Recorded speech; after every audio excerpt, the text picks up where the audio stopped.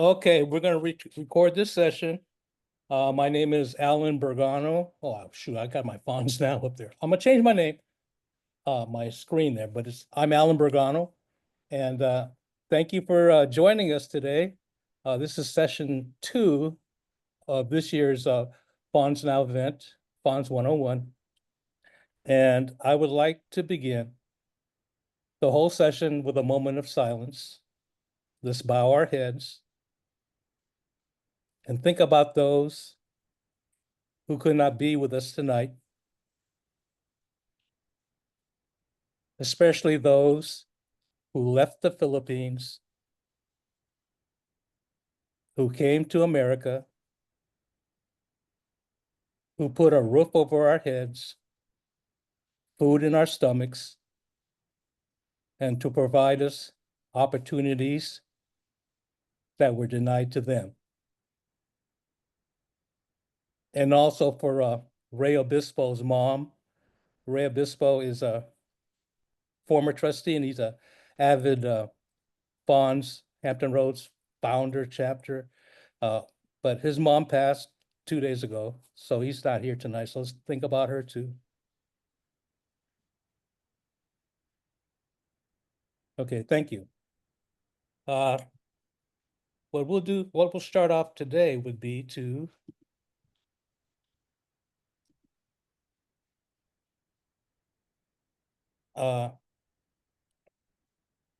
wrong screen. My goodness. I'll get the screen right. Don't worry. Well, we'll do a recap of session 1, which was yesterday. It involved, let me scroll back up. It was a very, very lively information that was shared, lifetime experiences were shared. But before we do that, yesterday I neglected to talk about our chapter. This is FANHS Hampton Roads. We have a FANHS Now YouTube station. Just hit that. You guys met Arnell, who's in charge of the technical stuff. But also, please note that Jeffrey Acosta, who is also, he's been with us since 1990. He contributed this page here, where let me see if I can scroll down. Take a look at the Immigration Act. This is the documents he found or he's sharing. The Repatriation Act, Tidings McDuffie, the Immigration Act. This is our FANHS Now page, FANHS Now Hampton Roads, and we also implemented FANHS Legacy Month. So we're a very, very active chapter. And the reason I say that is because when we were looking at who was signing up for our session, there were a lot of people that aren't even members of FANHS. And so if you want to see programs like this exist, join our chapter, if anything, and that's FANHS Hampton Roads. So let me get rid of that and recap. Yesterday was dealing with family reunification. It's very, very touching stories. Some of the things that I got out of it was like my uncle, he came in 1967 and he had to redesign himself. In other words, he couldn't do what he needed to do. Like you had an example, for example, doctors who were doctors in the Philippines, when they came to America, they could not practice or become a doctor. They became nurses. Or even my other uncle who came, he was an accountant, but when he came, he couldn't become an accountant. So he became a bookkeeper in New York City. So there's this term called underemployment, which a lot of the, not a lot, but there's a certain percentage of those that came after 1965. Those were some of the problems that confronted them. In other words, they had to reinvent themselves. So my uncle had to go to trade school, and eventually he wound up at Boeing, and life was good. Also, there was a story about accents. Some of the children, this is from Tony Dove. She talked about when she was playing in school, they had to, they couldn't understand certain words that were pronounced. A good example, like when my cousin came, he was talking about Bologna. I said, man, it's not Bologna, it's baloney. But stuff like that, you had to kind of to retrain how certain words are said. Then essentially they made family reunification. One thing I want you to look at is what Juanita shared were the numbers. And when you look at this, starting in 1920, my father came in 1926. There were about 26,000, 45,000 in 1930. And when you look at these numbers, you could see the effect of, like, all of a sudden in 1950, well, 1945, 1930 was 45,000, 1940, then 1950 jumped up to 61,000. What happened then was after World War II, you had the initiation of the war brides. They brought them over. But 1960 jumped up to 176,000. That's because that's when Hawaii became part of the United States. Now, you look at that number, then all of a sudden you had the Immigration Act of 1965. It just about doubled to 337,000. 1980, that doubled to 774, then 1.4 million. And you look at it today, there's 4 million people. So that's the effect of that Immigration Act of 1965, the influx of a lot of the Filipino American population. And that was one of the main reasons why we wanted to cover some of the experiences or what is being taught about this significant population. And in essence, we're when you look at the history books today, and even what is being taught in Filipino American history classes, despite the numbers, they're still relatively unknown, given the fact that they are a super majority of Filipinos because of that immigration wave. So after that, we talked about the professionals. Bert Cooley had a real great story of him. He came as a Boeing engineer, and what was cool about it was Boeing paid everything. His airfare for him, his family. They even got him a house. And at Boeing, as the engineer, he started off at $4.50 an hour. Yeah. And so when you look at some of these other stories, as the professionals, you'll be able to have access to them on the recordings. Then you had other reasons. You had Rodell was talking about Marcos, and then TNT was with Rainier. In essence, you had a real good diversity of experiences of the post-1965 immigration wave. So, Auntie Dorothy, would you like to say a few words about the first session? Auntie Dorothy? I was really struck by the emotion that some of the speakers, especially Emil, I've never seen him that emotional, is very good. I was hoping that a lot of teachers who are teaching this in Asian American studies were listening in, because this is the real story. I guess I will segue into today's thing. It's the coming to America was a dream. And it really was a dream. And for some people, it became a nightmare because the dreams that they had just didn't really exist. And so some of the stuff that we'll be talking about will lead to this. I should give you some background on me. In well, of course, this time of their coming they didn't realize we're coming at a time when there was a lot of chaotic things going on in the United States. And Sunny will talk more about that. But about that time in 1971, I was hired by an organization called Demonstration Project for Asian Americans. And the job that we had to do was to document the problems facing Asian Americans, specifically those new people coming in. And I'm second generation. My parents came in, my dad came in 1919, my mother 1928. And so by 1971, my family, including my parents, completely vested in the United States. They were American citizens. They had third generation grandchildren.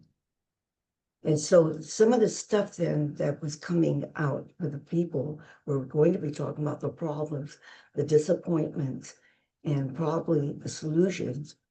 Part of my job was to document the problems and to write position papers on how to meet these problems. And what we found out was very evident that we as community-based researchers, community organizers, we had no power. We could rally the troops, but we didn't have the power to make the changes. It was that people who held positions, especially if they were elected. And so a lot of times, but it was exciting. I must say that. It wasn't all a down thing. Those days were very exciting because we thought that we were going to make big changes. And then something else happened. Martial law by around 1972 is declared. And the people we're dealing with, most of them are from the Philippines. That's where their heart is. And yet, those of us, we had people here fighting for them. And our heart was here in the United States. So that there came a point when the people were saying, what are you going to do? Are you going to just fight for civil rights here? Or are you going to put your time into the Philippines? And that became a problem we didn't anticipate. And it became a big problem. So I'm going to turn this over to Sunny, the moderator.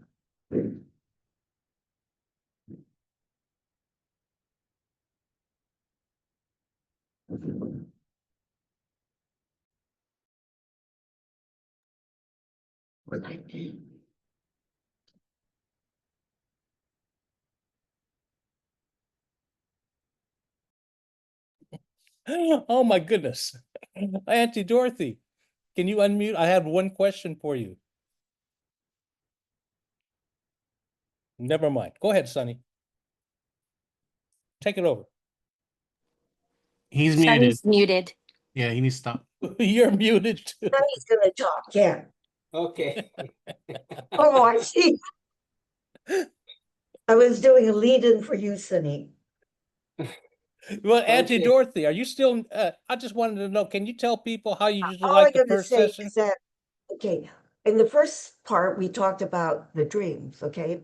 And what we really wanted to do on the second part was to talk about the reality of coming to, when they came here, things were not going, they weren't what they were.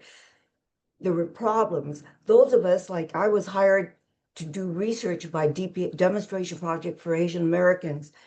And we already knew problems here, but now we learn new problems. Professionals needed certification. The kids in the schools couldn't speak English well. They needed special teachers. We had to develop special programs. There was all these crazy things going on. And we found out, we community-based people found out that we were fighting. We had no power. The only people who had power were the people elected officials. We could write position papers.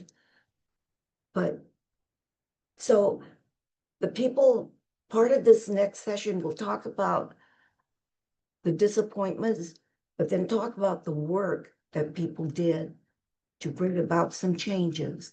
And the other thing I want to say is that what we didn't realize in the United States was things were happening in the Philippines. And the things in the Philippines came to fruition in 1972 when martial law was declared. And all of a sudden now there was a split. The people we were helping were from the Philippines where their heart was. And those of us who were American born, our heart was the United States. So when we were sometimes asked to, what are you going to work for? Against martial law or for civil rights here? That was a problem. And for many of us, we said we are going to fight for making it better, not only for our parents and our kids and us, but for all the new immigrants coming to the United States. So Sonny will take over.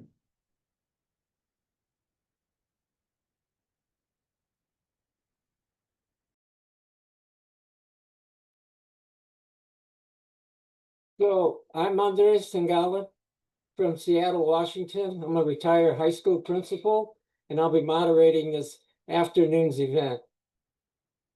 Our story is shaped by migration, division, activism, and personal transformation. Our session is titled Coming to America, Problems, Solutions, and Fitting In. And it features powerful stories of lived experiences and social commentary from a distinguished panel of presenters from different parts of the country. Their bios are underlined in blue and linked for your reference. In addition to the bios, there may be pictures and relevant details about context. Each presentation will be about 7 minutes long. There will be a 5-minute break after the solutions presentation. Depending on our time constraints, we may or may not have a Q&A session at the end. But if you have any question, whether it occurs at the break time or at the end, address it to all or to a specific presenter. Coming to America, how immigration policy shaped Filipino American communities. The Immigration and Nationality Act of 1965, often called the Hart-Celler Act, represented an important turning point in U.S. immigration policy. The law shifted away from the national origins quota system toward an approach emphasizing family reunification and welcomed skilled workers, opening doors that had previously been closed in many groups, including Filipino migrants. Before 1965, Filipino immigration was severely restricted. In the early 1900s, many Filipinos came to work in agriculture and industry. The Tidings-McDuffie Act of 1934 imposed tight limits on Filipino immigration. After World War II, those who could enter were often limited to military spouses and a few other specific categories. The 1965 Act created new pathways leading to growing Filipino migration, particularly among healthcare and education professionals, as well as through family sponsorships. Filipino families naturally settled where they could find work and connect with others from their family, their relatives, townmates, and community. Major hubs emerged in California and Hawaii, followed by New York, Nevada, and Texas, and the Pacific Northwest. Over the decades, Filipino communities also grew in Florida, Illinois, Virginia. Today, Filipino Americans represent one of the largest Asian American groups in the country. Here's the story. We arrived in Seattle in 1985. After selling our 2 cars, furniture, and home appliances to afford a one-way plane ticket for 2 adults and 5 children. Our first priorities were finding work and getting the kids enrolled in school. My wife found a position as a curriculum secretary in the University of Washington relatively quickly, while I spent most of 3 years searching for steady employment. During that time, I managed the household, did the shopping, and cared for our 3-year-old. We encountered cultural adjustments, occasional discrimination, and the challenge of establishing ourselves professionally. At the same time, we appreciated the city's clean streets, reliable services, well-stocked stores, and overall sense of stability. Our journey reflects both the promise and the real challenges that came with the opportunities of the 1965 law created. This story illustrates a broader pattern of emerged after 1965. Family reunification provisions allowed family members' immigration to lead to others joining them. Professional pathways brought many Filipinos into nursing, teaching, and other fields, and established community networks that helped the newcomers find jobs, housing, and schools. At the same time, many families faced real obstacles, finding stable work, navigating cultural differences, and dealing with discrimination. The 1965 law emerged during the Civil Rights era and reflected a national commitment to removing explicit racial barriers. It fundamentally changed who came to America, where mid-century immigration had been predominantly European. By the 1990s and 2000s, Asian immigrants had grown significantly, enriching neighborhoods, workplaces, and community life. The presence of Filipino Americans in hospitals, schools, and churches, businesses, and civic organizations reflects this transformation. Let's begin our presentation with Romeo Garcia.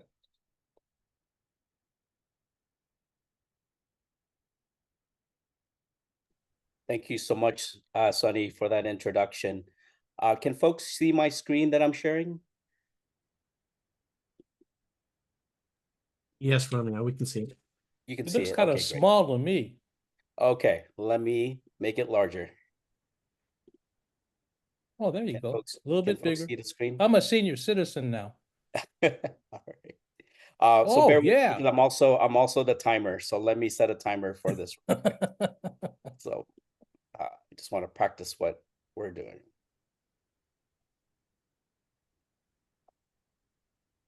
Pardon me. Oops. Oh. Okay. So as I start my timer, I want to say hello to everyone and thank you for the opportunity to present today. Again, my name is Romeo Garcia. I'm coming in to join Auntie Dorothy at the national office as the inaugural national director. I'm excited to present with you all today. Can folks still see the my presentation here? Yes. Okay. So let me kind of minimize that so I could see the presentation. Okay. So I'm sharing a story on my mother's curriculum. She is part of the post-1965 wave that had come in. She was aspiring to be a teacher since she was a third grade teacher in the Philippines. This story is about her sacrifice, strength, and the art of adapting. This is about Norma Obrador Garcia, who's now 78 years old, and how she reflects on the long road that brought her from Lipa City, Batangas to the United States. So Norma, who's pictured on the top left, is born in Lipa City, Philippines. Her story began during her high school years. Her older brother, Uncle Vic Obrador, who's positioned on the bottom right, had joined the U.S. Navy and has been stationed throughout the U.S., primarily in Oxnard, Port Hueneme, California, Chicago, and also here within Bremerton, Washington. Through him, she was later petitioned to come to the United States under family reunification. However, this process took more than a decade. I was a young single teenager then. By the time the papers arrived, my mom said, my life had already changed. I had become a teacher. I had gone married. I had a newborn daughter. When the petition was finally approved, Norma faced an impossible decision. If she accepted, she would have to leave her husband and baby behind. My heart couldn't bear it, Mom said softly. So I stayed and delayed the thought of going to the United States. I told myself, not now, maybe someday. I have a life here already in the Philippines. 8 years later, her brother, Uncle Vic, returned home for a visit and urged her to pursue the petition again, if not for her sake, for her children's sake. He even introduced her to someone who could help navigate the process. That's when I learned I could bring not only my husband, but also my now 6 children, Mom recalled. That changed everything. This wasn't just my dream anymore. It was something I wanted for my kids to experience too. However, preparing to migrate was no small task. We got their documents, filled out forms, and prayed, she remembered. But the family faced another dilemma. Should they bring all children, all 6, from ages 9 to barely a year old, all at once? It seemed impossible at the time, Mom said, Our youngest was just 1 year and 2 months old, and we would have to live with my brother's family in America. Could we really uproot everyone so suddenly? So we were separated for a year under her eldest sister's care at Tangalin. As young children, we were not sure when our parents would come back for us as they left in 1983. Norma started looking for teaching jobs in Oxnard, California. As a teacher in the Philippines, Norma loved her profession deeply. It was my passion, Mom said. But she realized that in America, she would have to retake exams and even prove fluency in Spanish to be recognized as a teacher. It crushed me, she said. All the years of study and service meant nothing here, but she didn't want to dwell on disappointment. I needed to find a different direction. I just needed to make money and make money fast so I could bring my 6 kids to the United States faster. One of the most poignant stories my mom told me as she was in between jobs at canneries, housekeeping, and gardening. Your dad and I sat on the railroad tracks on our long walk from work to the small room we rented, she recalled. We sunk our heads into our hands, crying on those tracks, asking each other, what did we do? Why did we leave our kids in the Philippines to come here? Are we doing the right thing? Norma and her husband, my father Eduardo, worked tirelessly, juggling multiple jobs and long hours, house cleaning, gardening, assembly, factory work. People in the Philippines sometimes think that in America, it's so easy to make money and that we were instantly rich, Mom said. But it took a lot of sacrifice. We saved and earned enough to finally reunite our family after 1 year. So in 1984, after years of saving every dollar, all 6 of us children finally came to the United States and migrated to Oxnard, California. We were full of nerves, excitement, and fear, Norma said. That day was supposed to be full of joy, and it was, but it also broke my heart, Mom admitted. My bunso didn't recognize me. He hid behind my sister's dress, Kakundaleng, who had cared for him while we were gone. What mother wants to see her child afraid of her? But I held on to hope. I knew that with love and time, the bond would return, and it did. And we rebuilt our close bond with our parents. Our family squeezed into a small room in her brother's house, where even her mother, our Lola, lived in another room. The adjustment was overwhelming, Mom recalled. Every day brought new struggles, new rules, and new ways of doing things in the US. Our family was told often that we were a burden. We were made fun of for not knowing English and ridiculed that us kids will never make it or be successful in the United States. Most of those comments came directly from our relatives themselves. But my parents persisted. Thankfully, Norma eventually found work in an aerospace company, starting at the very bottom as an assembler for Boeing and later within space shuttle parts. I studied blueprints, learned computers, and pushed myself into roles I never imagined for myself, Mom said proudly. Eventually, I became a section leader, then a department supervisor. Looking back, Norma sees their sacrifices with both pain and pride. Coming to the United States was not easy, Mom reflected. It was not the land of instant wealth people imagined. It was sacrifice, nights of crying, days of working ourselves to exhaustion, years of waiting, and moments of heartbreak. But it was also because of love for my family. I never became the teacher I once dreamed of being in this country, she said, but I became something else, a mother who gave her children the chance to dream bigger. Your dad and I were able to put all 6 of them through college and help them get into their careers. Now, decades later, Norma looks at her children and grandchildren with pride. That is my greatest blessing, she said, smiling. All the struggles, all the adjustments, all the tears were for them. And if I were given the chance to live it all over again, I would do it without hesitation. For my family, always for my family. Thank you, everyone. Thank you, Romeo. Pleasure. My pleasure.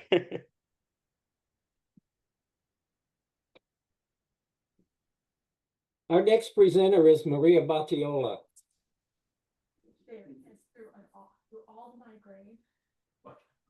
Hi, everybody. Is my sound coming through? Yes. Thank you. Thank you, Auntie Dorothy, for the opportunity to be part of FANHS Coming to America series and the guiding questions you sent us. And thank you, Kuya Sunny, for facilitating us. My name is Maria Batayola.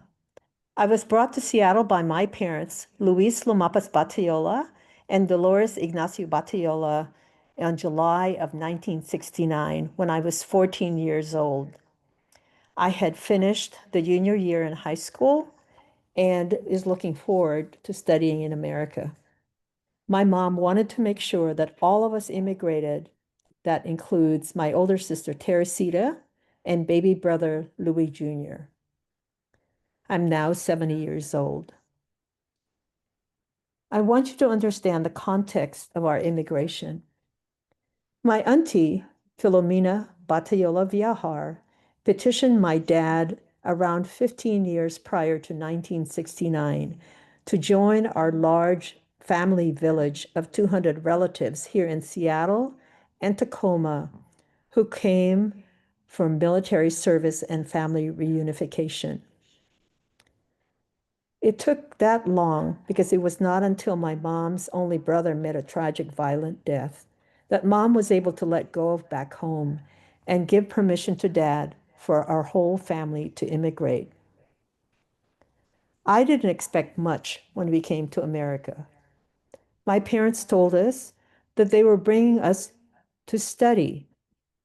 So in my mind and my heart, I was just passing through. In retrospect, this mindset helped me through very difficult experiences. Never mind my boy cousins telling me my last name is now Batayola, not Batayola. Never mind I lost my father in my name, as I was named after him, Luis, with my name, Luisa, and lost my mother's last name with her name, Ignacio, because the American culture only takes the first and last name. So fair warning, I might reclaim my whole name to be Maria Luisa Ignacio Batayola and make you guys all learn it. I had to get to know who Maria Batayola is and learn how to respond when that name was called. So in high school, when they would call that name, I would not respond because I didn't think it was me. And also when we came, it was so cold in America that I would be constantly shivering and I would be doing the da and could not always speak readily. We all spoke English. As a matter of fact, Teresita and myself and Louis went to Malata Catholic School, which was run by Irish nuns. So we had an Irish lilt when we come. Never mind the oppressive insults of FOB, fresh off the boat, when I would quietly whisper to myself, sadly, but I came by plane. Never mind being called Ching Chong Chinaman when I'm Filipino. Never mind being bullied by Phil-Am girls, so stop talking about them when me and my friends spoke Tagalog. And trying to constantly learn the expressions of racism and navigation when I only understood colonialism and its sister colorism. Never mind that none of these events merited a, what? What did you say? That would have led to a fight. It didn't stop the hurt. I found safety as a teenager with my Filipino immigrant friends, Amor and Becky, and our brilliant American friend, Chris. I met them at Immaculate High School, and we went together to the University of Washington, where we all succeeded. Many, many of us experienced 1,000 cuts. It was at the 1971 First Filipino Far West Youth Convention, when I volunteered for Auntie Dorothy, that I witnessed the pain of our Filipino American-born counterparts. We were mirrors. They were treated badly, we were treated badly. They never felt good enough. They never felt that they were Filipino enough, as we felt we were too Filipino. We were all invisible, and when we expressed our brilliance, got pummeled back down. Parallel to this work was my anti-Marcos community work. It wasn't after my mom sent me back home to the Philippines after graduating from college that I realized that it is in America that I belong. You see, my father, because he was a veteran of the what they call Asian military theater, that he was able to take the U.S. citizenship examination after 3 years rather than 5 years. So as a minor, my brother and myself could have easily become citizens. But I found my voice and I said to him, I'm not ready, Dad. And so this trip to the Philippines was very important. And my mom said, find out where you want to live. When I think about that now, I realize how courageous my mom and my dad are. They were in their 40s when they came to the United States, brought the whole family, and yet they were willing to let me go to find where I belong. That trip to the Philippines, I was supposed to spend 1 month and stay with my mom's auntie, Lola Mumay, and whose daughter was my godmother, Auntie Marina, who was a school principal. In the first week, I knew I would not make it. I was constantly chaperoned. My auntie slept with me. I couldn't go to the post office, which was 2 blocks away. I couldn't do anything. And I knew if I resisted being chaperoned, I would get in trouble. Also, I brought with me a little audio tape from The Wiz, and I just kept playing the song, I Wish I Was Home, soon as I was home. So I came back to Seattle and realized this is where my life would be. I was carrying the learnings from the conference. And I and my family have strong justice genes. My mom and dad are organizers, mom with the Catholic Women's League, dad with the business sector, Filipinos Citizens for Good Government, which was really the underpinnings for an anti-Marcos because there was a lot of corruption once he became a dictator. So my life in Seattle led me to a life of civil rights, diversity, equity, inclusion, and access leadership at large public institutions to bring about inclusive healing. My last service as diversity manager was for the merged King County and Metro government, serving 14,000 people. My dad got sick. My mom was taking care of him, and she needed my help. My sister was a very successful executive, and my brother was a firefighter. And I knew that I probably could set aside my career. And so I stopped working at age 55. I took that same energy and threw it into community leadership, chairing the council of my beloved neighborhood, Beacon Hill, with 40,000 people, 70% people of color and 40% immigrants and refugees, doing environmental health and climate leadership at different levels of government, starting 2 nonprofits, co-creating 3 coalitions, to fully advocate for the equality, equity, inclusion, and now our need to advocate for freedoms and democracy that we can no longer take for granted. For many of us Filipinos, these are echoes of Marcos days. I don't have a singular memorable moment when I was most proud to live in America. At the end of each day is a continuing gratefulness that I live in the land of the free and that we can exercise our human rights, work hard, and get rewarded, albeit not always fairly. I'm a daddy's girl. My sweet Visayan father always quietly supported my desires to be a theater artist and a policy wonk. My mother was adamant about pursuing only economically viable goals. And in those moments of disobedience, she would say, "You're not Filipino. You are American. I regret bringing you guys here." Ouch. And yes, I am American Filipino. Because I'm bilingual, I present more as a Filipino, looking like the quintessential nurse. But I also know in my mother's quiet moments, she recognizes my sister Teresita, myself, and my brother Louis are living her dreams of success and belonging. Thank you. Maria, it's time.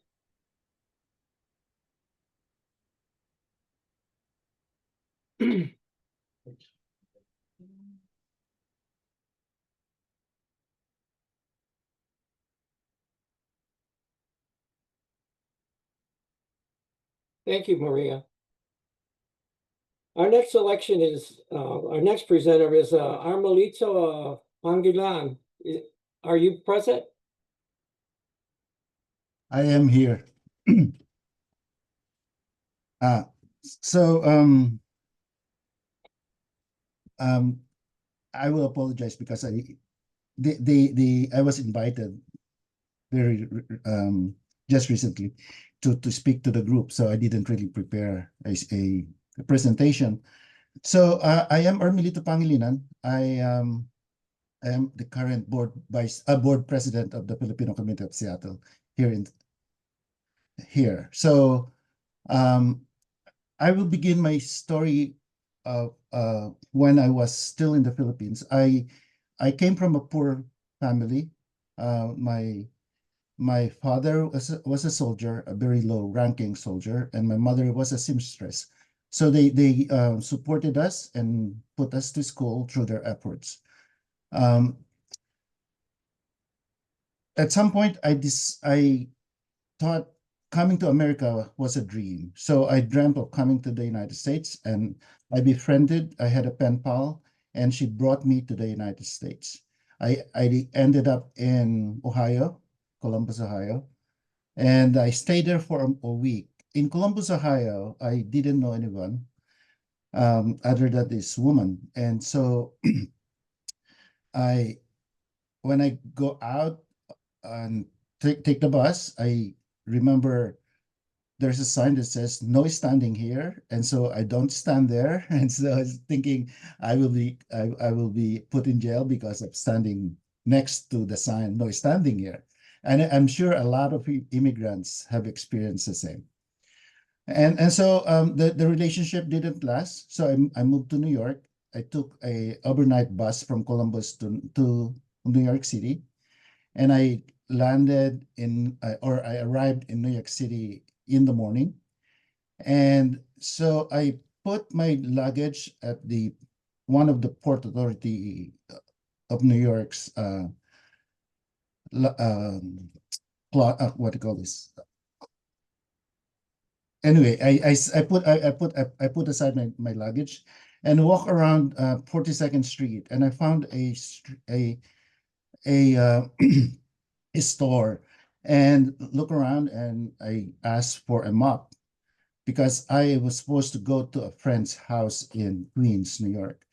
And the guy said, "We don't sell a mop here." And so, okay, I walk around and I found a map and said, I pull a map and show the guy and said, "This is the map." He said, "Oh, you're a map."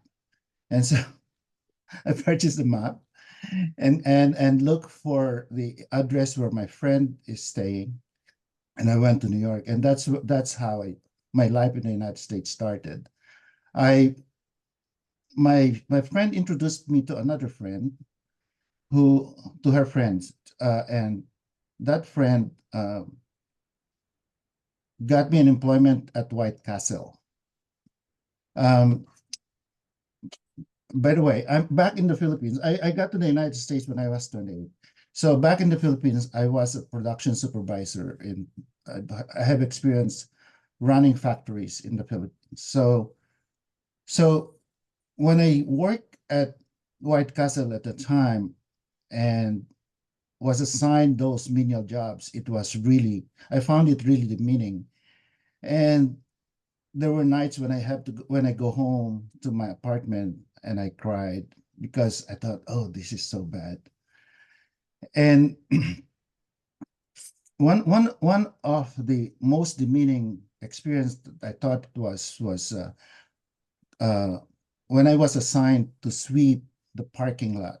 I was so embarrassed and so ashamed. And so when I got home that night, I really cried and I thought that was the end of it. But fortunately, I shouldered on. I found a job in different in laboratories, and in my last job in New York was at the Metropolitan Museum of Art as accounting clerk. And so my boyfriend and I at that time, now my husband, decided we're gonna go to New York to Seattle to get closer to his brother, and so we moved to Seattle. And I got it. I thought I was gonna be a professional pottery artist, but it is not my thing. I don't know how to sell my work, and it's more fun to make than to sell. So I decided to get back to work, and I work in different nonprofit organizations, and the last job that I had was with a nonprofit where that's trying to address homelessness in Seattle. And my last position was the chief financial officer. And that position, I got it because I went back to school. I finished my BA in accounting, and I finished my MBA and took the CPA exam and fortunately passed it. So in Seattle, I also got involved in community service, and I was a board member of International Community Health Services. I was the first person or first director of the International Community Health Services Foundation. It actually was my project in my Master in Business Administration class, and it was implemented, and that was cool. And so I got involved with the Filipino community of Seattle because my mother was a recipient of the programs at the FCS, and I used to go there. But I really got involved deeply in 2014 when we started raising money for the Filipino Community Village, which is now a senior housing at the back of the Filipino Community Center. And I became a board member of FCS in 2019. I was a vice president for 5 years, and now I am the president. So if somebody will ask me, is it worth coming staying? Yes, it is. It is worth staying in the United States. Life has changed so much. Thank you. Thank you, Armilito. Our next presentation is by Pete Israel. Are you present?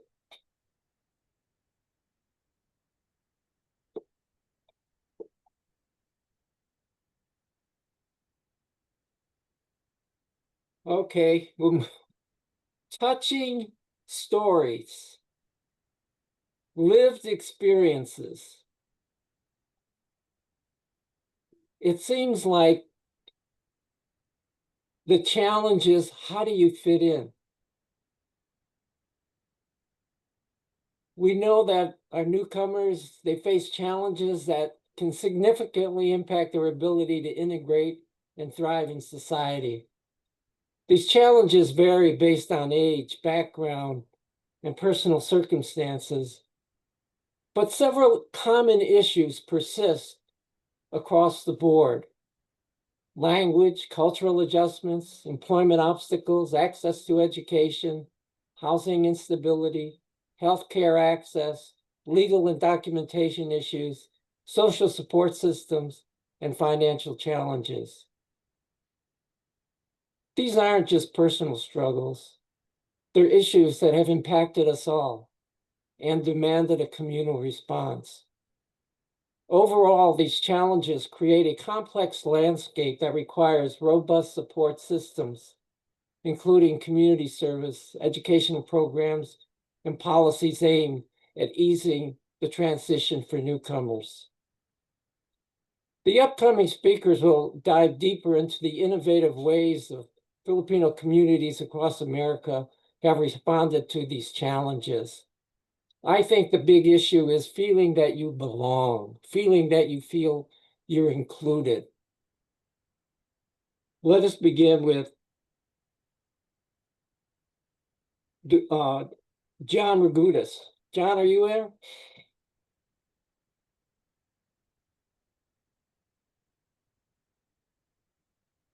Yeah, I'm here. What you need?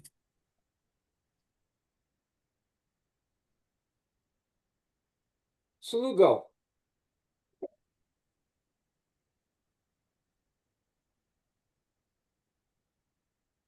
John's here. Bill was here.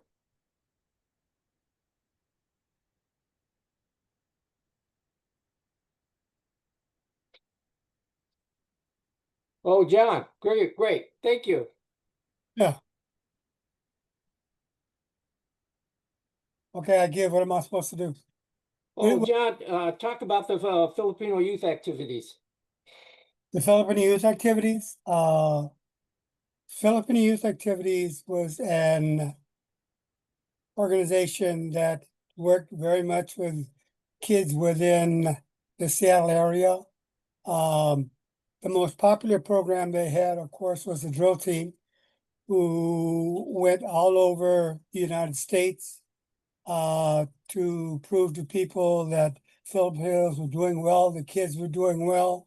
And the other one was the folk dancing, which has kids, little kids, all the way up to high school to learn about their culture and their heritage that their parents wanted them to know about.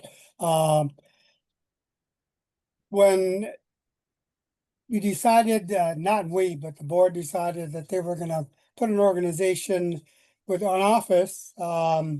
We did other things such as immigration, bilingual education, worked with the Seattle Public Schools, and we worked with the gangs. Sluggo can talk about the gangs a little bit later. Peter Israel was to come on, who was our basic gang unit that worked with the Filipino gangs. The other one was Timoteo Cordova, also at one time worked with the gangs. And that was to keep them off the streets, without getting into a lot of trouble without starting any trouble. It wasn't easy for us when we started. At times, the gangs themselves within Filipino that were Filipino got into it, and so we had to deal with that. And basically they were there to protect their kids and to protect their families. And besides the Filipino Youth Activities, we also dealt with problems of that the elderly had in trying to find jobs, being discriminated against. We worked to make sure the kids were in school and that they're doing well and they weren't getting treated. They were treated equal like everybody else, and that they understood, and that there were other things out there for them. I know that one of the things, since I did a little bit with the gang unit, Mark Della, who was with the gang unit with the Seattle Public Schools, was able to work with the Rotary Boys Club on 19th Avenue and provided late night basketball. So I know Filipinos like basketball, for them to come up and shoot around and play games at Rotary Boys Club. There was a lot of things we tried to do to make sure we kept kids out of trouble, work with their families, make sure that their jobs were were good jobs and that they were able to get jobs and they weren't discriminated against. Sluggo, are you there? He can talk a lot more about the the gangs that were there because he dealt with them also. I know I saw him on here.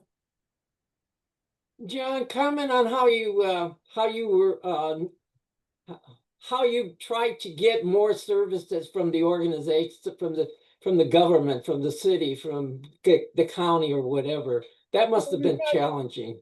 Besides like Mark Dollar from South Public Schools doing that, I was also involved since I was a director at the FYA with the Minority Executive Directors Coalition, and we tried to work to make sure that there were things available to all the kids, no matter what they were, no matter where they come from, and make sure that they weren't being ridiculed or being laughed at, that they got along with everybody. That there were a lot of things that we were able to pull together. I know that we worked also within the Seattle Public Schools at times to make sure that we had tutoring for the kids, that they weren't having, because if they were having trouble in school with their education, with their books, with their teachers, we would make sure that the teachers understood that Filipinos, were there to learn, and they didn't need to be ridiculed while they were in the school, and we didn't need the teachers to ridicule them either.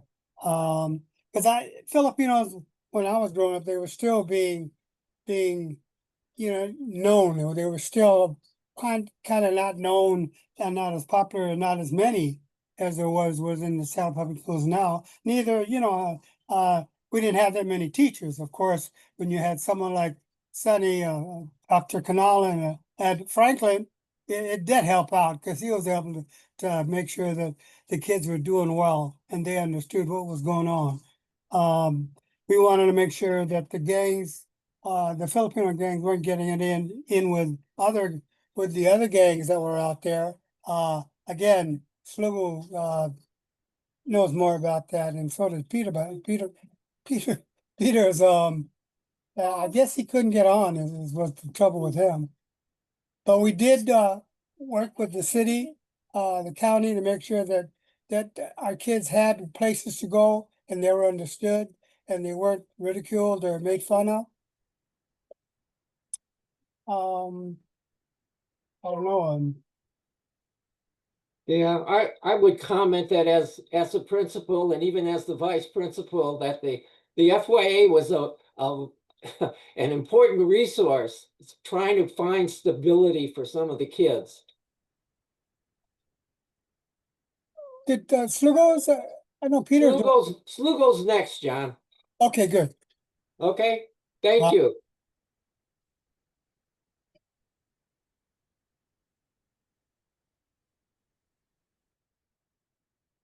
Sluggo on mic.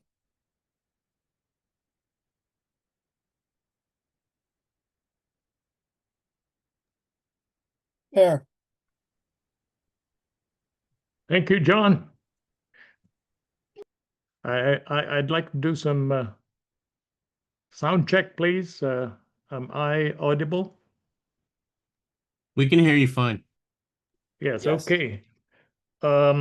John was really one of the best bosses we've ever had. He gave us a free hand running around the community. But let me just start by saying I arrived in 1985 with my wife and 5 children.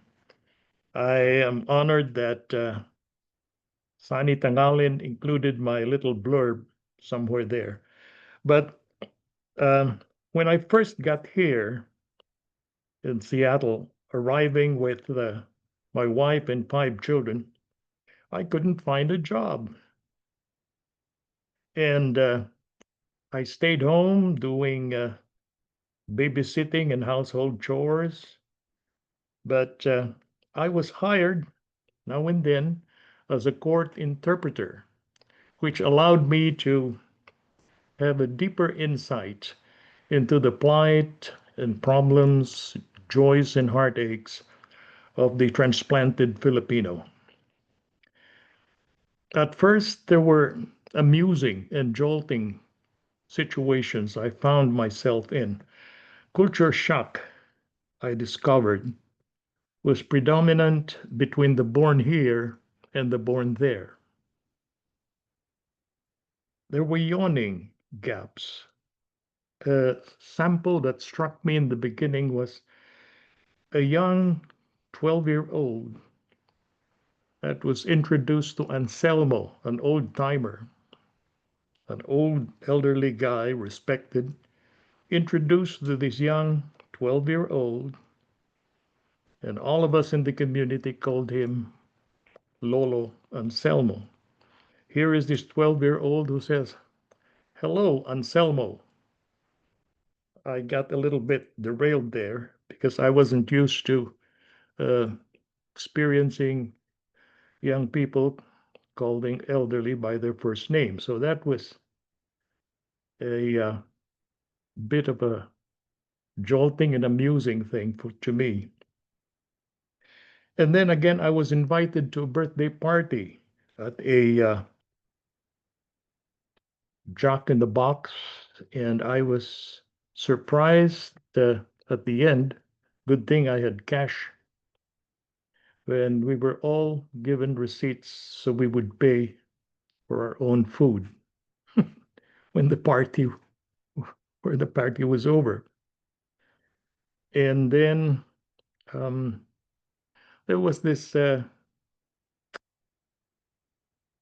very tragic case of an old lady who came from the province and couldn't speak a word of English, had a hard time communicating.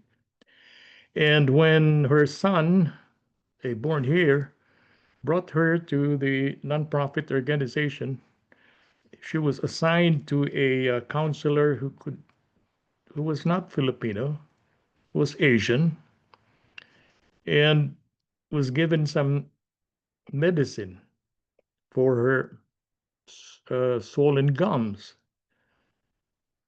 I think the poor old lady didn't understand what to do with the capsules.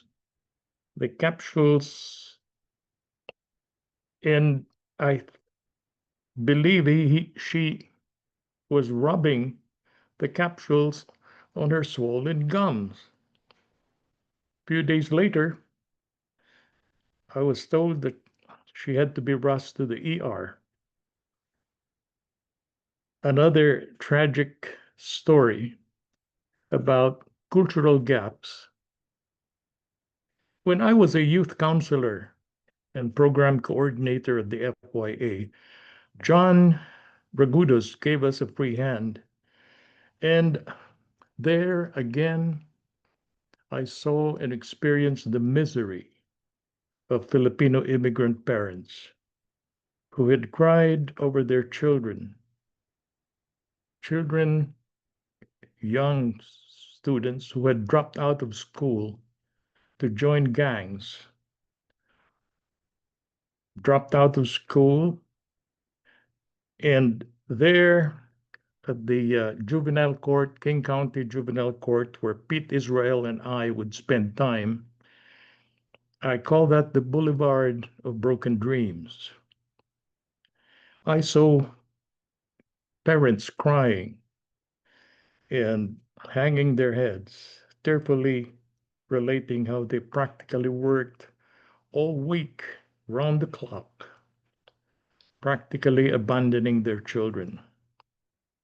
And I asked, why? Why do you work that hard?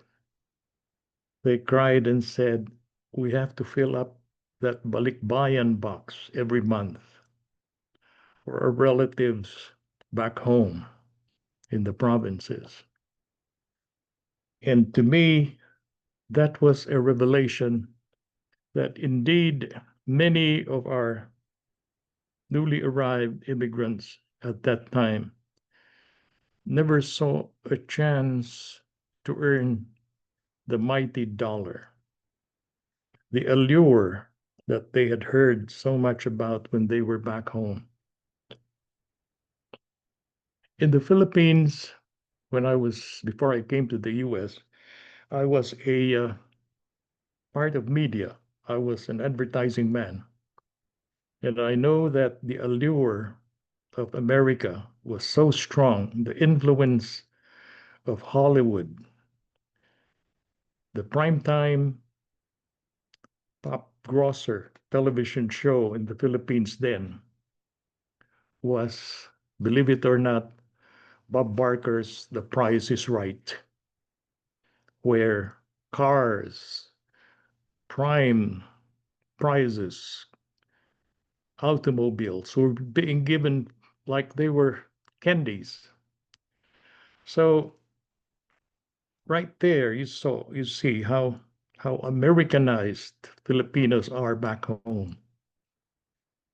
There is a town about 3 hours north of Manila called Dao, where we would go when we had the time on weekends at the gates of Clark Air Force Base, where they would sell Hershey's, M&M's, Levi's jeans, Chesterfields, and we would go back home having a taste of America. So the allure of America was real.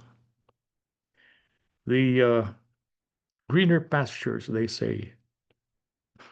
Of course, alas, when you come to America, it's a different story altogether. You've heard the stories. I don't have to go through that. But in my work at the FYA, the great and beloved Fred Cordova, beloved husband of Dorothy, would drop by the FYA once or twice a week to hang out and gab over coffee with me and the staff. He shared his experiences and views about the community and his youth in California's farmlands. When I asked him, how come, Fred, that you hardly come to the community center? I don't see you there. And he related a story. And he said, and this is something that I jolted me again when he said, you know, I don't want to go to the center often because I always get embarrassed by this feisty old lady who would come up to me and wag his finger to my face, and surrounded by a lot of folks who were staring, he would proclaim in a loud voice, Frederick, you better learn how to speak Ilocano, the language of your forefathers, okay? And you should come here oftener. Fred was always embarrassed. And on the third time that happened to him, he said, I was ready to smack that old lady and walk out, so I never go there. And I said, is that true, Manong? And he said, yes, that's true. That's why you don't see me there. I explained to Fred, perhaps, Fred, think about this. Have you ever heard about cariño? Meaning, old people do that because they are proud that they are close to you. Yes, and she was supposed to be my uh, auntie, you know. But I saw how Fred listened intently and then admitted how he probably was mistaken and wanted to apologize later on to Auntie Pepita Perez, a popular and feisty and proud organizer and social butterfly of the community. So these are some of the many, many stories I have learned as a court interpreter, as a youth counselor in schools. We would go to the schools, as John had related, to talk to the counselors there about Filipinos, young Filipinos being bullied, and they had to band together and became gangs and dropped out of school because they had to protect themselves from the bigger guys who would bully them. We would go to Franklin High School and Rainier Beach, and it was heartrending. Okay, Sluggo, thank you. Thank you. Okay, I'm sorry I get carried away. Thank you again. Okay. There's a lot to ponder. Our next speaker is Ben Menor. Okay, thanks, Sunny. It goes like this. It goes, Mabuhay po kayong lahat.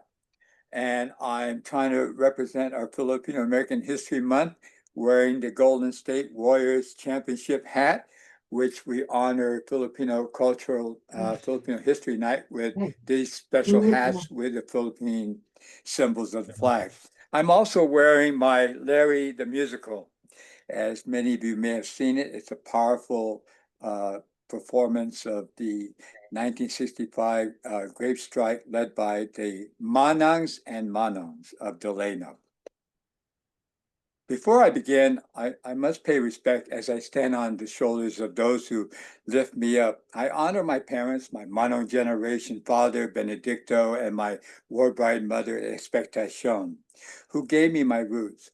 I honor my activist mentors who taught me to fight, Philip Veracruz, Jean Thomas, Alice Escalmado, and of course, Uncle Fred and Auntie Dorothy, Cordova. I honor my educators, Dr. Leah Chung, Jesus Sanchez, Dr. Ralph Guzman, Dr. Herman Blake, and Dr. Paul Sakamoto, who set the bar for educational advocacy. And I honor my Manong Jacinto Tony Sakig, Lou Landon Leffler, Gina, and my son Abraham, who showed me the profound meaning of community and care. Our story is part of a much larger American story, one ignited by the civil rights movement. The fight led by Dr. Martin Luther King Jr. and the NAACP shattered the walls of racial quotas and passed the Immigration and Nationality Act of 1965, opening a door for a new chapter of Filipino America. And through that door came thousands. They came with degrees and dreams, fueling an economic boom. But they hit that same invisible wall, no Filipinos allowed. Our doctors became lab techs. Our CPAs became bookkeepers. Their dreams were deferred. And if it was hard for them, it was even harder for their children. Our kids were thrown into chaos, bullied, shuttled to the back of the classroom, and misdiagnosed as special ed type students. They found solidarity not in the mainstream, but with their Black and brown brothers and sisters who knew their struggle. Then came 1974, a year of revolution. The Supreme Court's Lau versus Nichols decision gave our children the right to be taught in a language that they understood. But that right had to be demanded. That same year, our community leaders, Nilo Sarmiento, Lem Ignacio, Oscar Panaranda, Ben Menor, and others, won a monumental victory with California Code 11092, forcing the state to finally count us as Filipinos. We were finally visible. In Mountain View, parents like Rudy Calica and Manong Catolico and Isabel Catolico stood before the school board and won a Filipino bilingual program for our recent immigrant students. They greeted the space. But how would we fill it? The answer came from my field study in Seattle. I witnessed the profound magic of the Filipino Youth Activities, founded by Uncle Fred and Auntie Dorothy Cordova. I saw their drill team, adorned in the colors of the Southern Philippines, winning hundreds of awards. But it wasn't more than that. It was a formula, a way to build community, preserve culture, and instill a desire to achieve. It was the art of succeeding in a white society while deepening your own roots. I knew then that I wanted to emulate Uncle Fred. We took that formula and created the Filipino Cultural Night.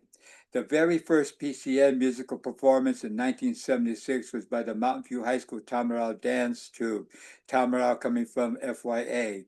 This was our solution. As budget cuts decimated bilingual education and ethnic studies, the PCN became our classroom. It was a substitute for the Filipino studies we were denied. Students took charge, seeking out elders and transforming our history into a living performance. What started on a high school stage evolved into a movement. I was blessed to help it grow at colleges and in a culmination of this work to help form the renowned Badanao Dance Company with Eric Solano. The PCN became a powerful act of self-determination. This journey from a school board meeting to a professional stage has been the work of my life. Last year, I was humbled to receive the Presidential Lifetime Achievement Award, but I was humbled to receive that, but I did not earn it alone. It belongs to the hundreds of mentors, students, allies, and relatives who stood with me. Without their love, their support, and their inspiration, and a lifetime of community organizing and activism, none of the awards that I received would have been possible. This story is their story. It is our story. And to conclude, I want to thank all of you for your participation in the seminars. I especially want to thank Auntie Dorothy, Allan, and Edwina for their leadership with this FANHS Now 101, along with our co-host, Nafa. Maraming salamat po. Sige, sige, FYA. Makibaka huwat batako. FANHS and Nafa forever. And my apologies, I had a slide presentation for all of you. They had pictures of our great, I call her Manang, Dorothy, and I had also our past hero, Peter Jamero, and many others. But I didn't realize that Arnell is an Apple guy and I'm a Samsung Android guy. So my deep apologies. But anyway, mabuhay to all of you. And I look forward to your questions and working with you in the near Ben. future. I still could have shared it, man. I didn't know. You didn't tell me to share it, so I didn't. But Oh, I will put it out there so people can get it when if they Oh, want. okay. Thank you, Arnell. I guess you missed the cue sheet that said start when I start speaking, so nobody has to look at my ugly face. But I guess you have to all suffer. So I thank you for your patience and your indulgence. Thank you, Ben. With that, we're going to take a short break. How long, Allan? Or Arnell? Hey, Ben, you look good, Ben. Thank you. Love your ugly face. We'll take 5 minutes. And at this time, if you have any questions. 5 minutes. Can Arnell go ahead and show the go ahead. pictures? Sure. You don't have to sit. If you have to go use the restroom or something, the Casilias do so, but at least you might be able to see some of the pictures. As you know, I'm a community photographer, and man, this year the Filipino American Historical Month has been incredible with a lot of events. So if that's okay with you, Allan, I'd like to go ahead and present those pictures. Go ahead, Ben. Just give me 1 moment. Just give me a minute and I'll bring it back. I'll bring it right back up. But I think Vicky will, I guess, coordinate this part for the questions. Vicky, is that right? Oh, there it is. That's my Sorry, had to hit some buttons, but yeah, Okay. let's look at the photos and I'll look at the chat. Oh, thanks, Vicky. Nice. Can you make it bigger? No, unfortunately not. It's the incongruent of two systems. There we go. Oh, there you go. I know who that is. Yeah, he's the one to help me. And of course, that's on my cell phone screenshot for everybody to see as my remembrance of the two of them. And we all know the great Philip Cruz. And of course, our Don Mabala. Yeah. Truly miss him. May she rest in power. Yes. And we have two parks named after the Delano Manos. which I want to change it to the Manangs included, because the Manangs were part of the strike. Thanks, Arnell. The only comment was shared by Shirley Floor to everyone. Glad to see and recognize old names of activists still semi-active from attending Far West conventions in the early 70s from San Diego Navy families. Thank you, Shirley, for that comment. Did you have any question? Did you have a question for our panelists? She might be on a break, but thanks for everyone putting everything in the chat. We'll keep an eye out on it, and hopefully we'll have some time at the end because hang on to your hats. We have more panels, but also when we sign off, it's just to stop recording, and we still have a group discussion if anyone is able to stay after. Thanks, everybody. Hey Ben, what is this picture? What is it, a parade? Yeah, it's a parade that my dance group from Mountain View High School participated. It's the first time the white folks saw brown people in the parade, and this is the start of the PCN movement. That's the short guy is my son. He started dancing when he was 10. And this is the dance company that I started 15 years ago. They're now traveling throughout the world.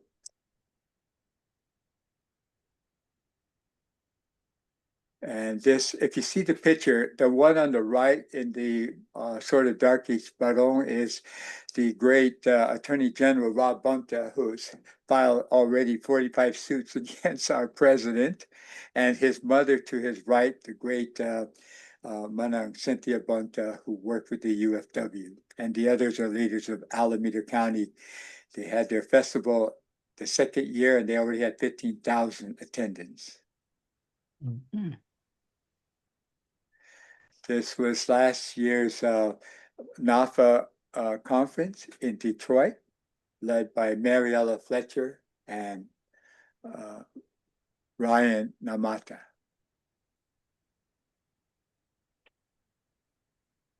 And there's our great one. That's Jackie, right, guys? No. The daughter? No. What's the daughter's name? The youngest? It's not Jackie. No, it's not Jackie. It's not Jackie. I'm sorry, guys. I forgot. That's the youngest daughter. Yeah, I forgot her name too. Okay. That's Lumen though, right? Huh? No, that's Lumen? that's Cynthia Bunta.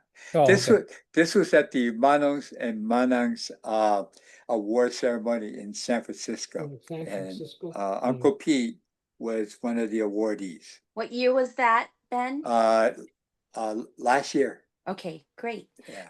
And I stand corrected. I'm sorry. I apologize. It was Salvador Flor who made the comment. His device was named Shirley, so sorry about that. And if you want to rename your device, you just have to click on participants and your name, and you have the options to rename your device or chat. Thank you. Okay. I'm going to end this. That's the end. Thank you very much, Arnell. Appreciate it. Thank you, everybody, for your patience. Vicky, there's a comment about somebody in Colorado said there's no chapter. Yes. I guess we can give them the option. They can either, if you want to join our group, or you can join the national office. There's not one in Oklahoma either, apparently. Yeah, there's right. We got people out there want to join some group. Yes, and yeah. Arnell, tell them how they could join our chapter. Arnell, we have a website. It's FANHS-HR.org. You jump on there. There's a membership form there to join us if you want to do that. And we meet hybrid in person at the Philippine Cultural Center in Virginia Beach and via Zoom, thanks to Arnell's technical prowess on the last Sundays of most months. And thanks, Edwina, for watching the chat. I was just looking at the most recent related to the last panel. All right, break is over. Let's get back to business. Okay, I think Sonny's still in the men's room. There he is. Go ahead, Edwina. Can I just mention one more thing? I think, Vicky, we have someone in the chat that is part of the Jenkins family who were the first I think, a descendant of a Filipino family in Seattle. I think Yes, that's, she's on the chat, so welcome. I and mean, we she were so goes from glad way to see the back. digital book link. If everyone saves that link, that it's a link to the digital book. 100%. I'm looking at forward in the chat. I apologize, but let's see. I can repost it if in case folks joined us later and they didn't see the earlier comments. Say, Edwina, if you can see, I'll try their family pictures right in back of me. That's right. If you go to the national office, the picture's right there in the national office, right there. So I'd rather have if you- Tracy say a few words. Go ahead, Tracy. Oh, there you go. Shout on out. You can say a few words. Greetings, family. Greetings. My name is Tracy Hooper Wells. I am the great-great-granddaughter of Rufina Clemente Jenkins and Awesome. Sergeant Francis Jenkins. And just an honor to be in space with you all. Gratitude. Our family is active in the community in a lot of ways, supporting there's a spray feature at Judkins Park that was named after my grandmother, Dolores Bradley, who was a good friend of Auntie Dorothy, a prominent activist in the Central District in the 60s, 70s, 80s, following in the footsteps of her ancestors, the Jenkins family. And so we are advocating for the retention of the spray feature honoring Dolores Bradley, who again fought for as a member and at one time president of the Judkins Rejected Community Council.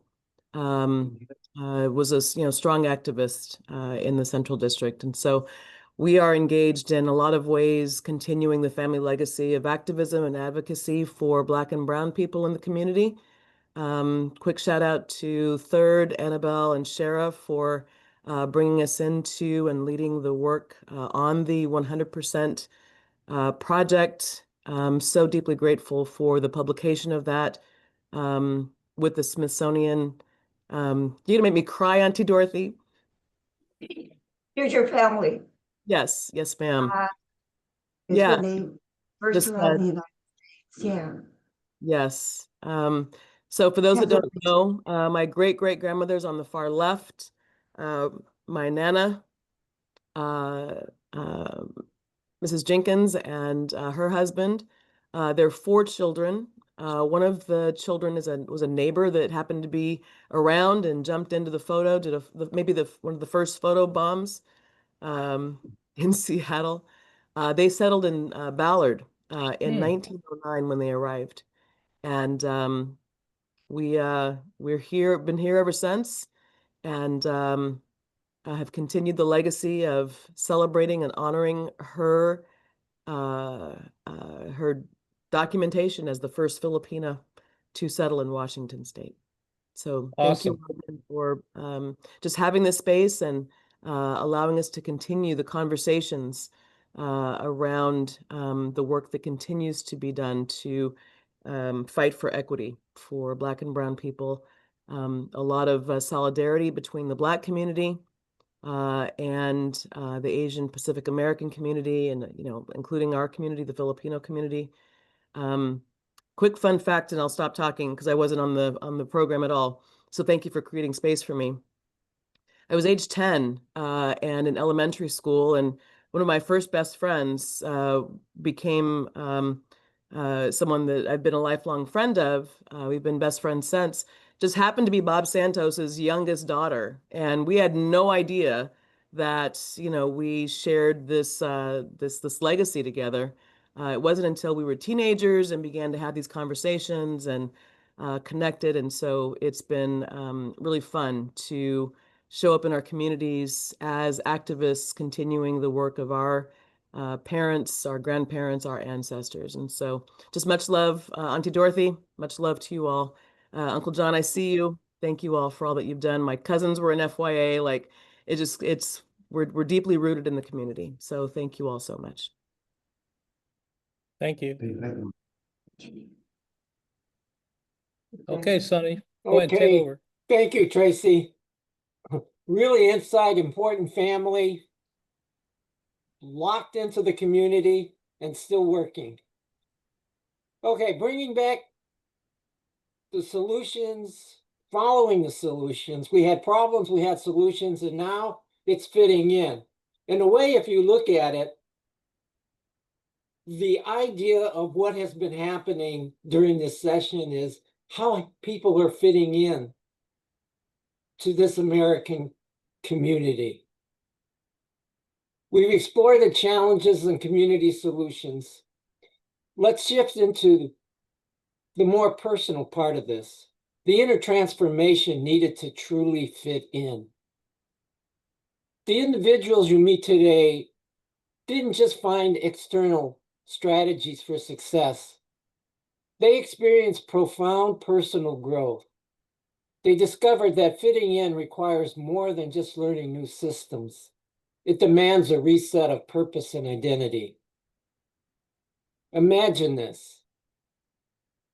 Each of these individuals felt a moment of urgency, a moment where they chose to challenge their old ways instead of sticking with the familiar and often limiting patterns. Take Mrs. Frias, for example. Managing family life while her Navy husband was deployed forced her to rethink her role and find new sources of strength. Many others face similar challenges in their careers and personal lives. They began to understand the difference between what they wanted and what was truly needed, a wisdom that led them to success. Lucho Singh craved comfort of familiar Filipino customs, yet he recognized his need to connect with both old-timers and newcomers. This insight became a key to his success. Collaboration was another beast. Eduardo could have isolated himself in his printing craft. Instead, he sought feedback, built relationships, and created safe spaces to explore new possibilities. They learned that transformation requires both inner conviction and connection with others. The most inspiring part? They reframed obstacles as opportunities. When Ed Bronatel faced workplace challenges or cultural misunderstandings, he chose not to retreat. Instead, he took small steps forward, maintaining hope and celebrating every achievement along the way. These stories remind us that fitting in isn't about losing our Filipino identity. It's about becoming the best version of ourselves in an American context that values individuality and diversity. Let's begin with Lucho, or Max Frias.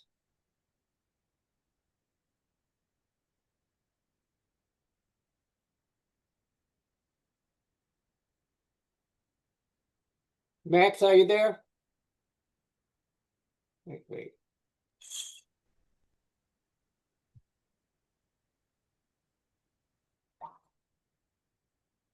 Say something, Max, because we can't hear you.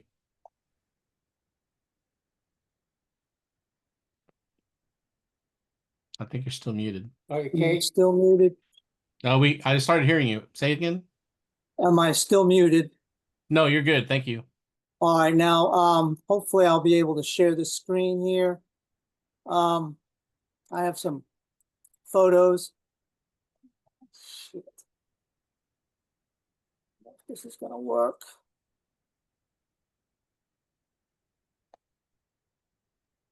I might have them if you don't. They might be there. All right, wait a minute. Excuse me. I think Max, it's in your bio. The pictures. All right, well. All right, let me get.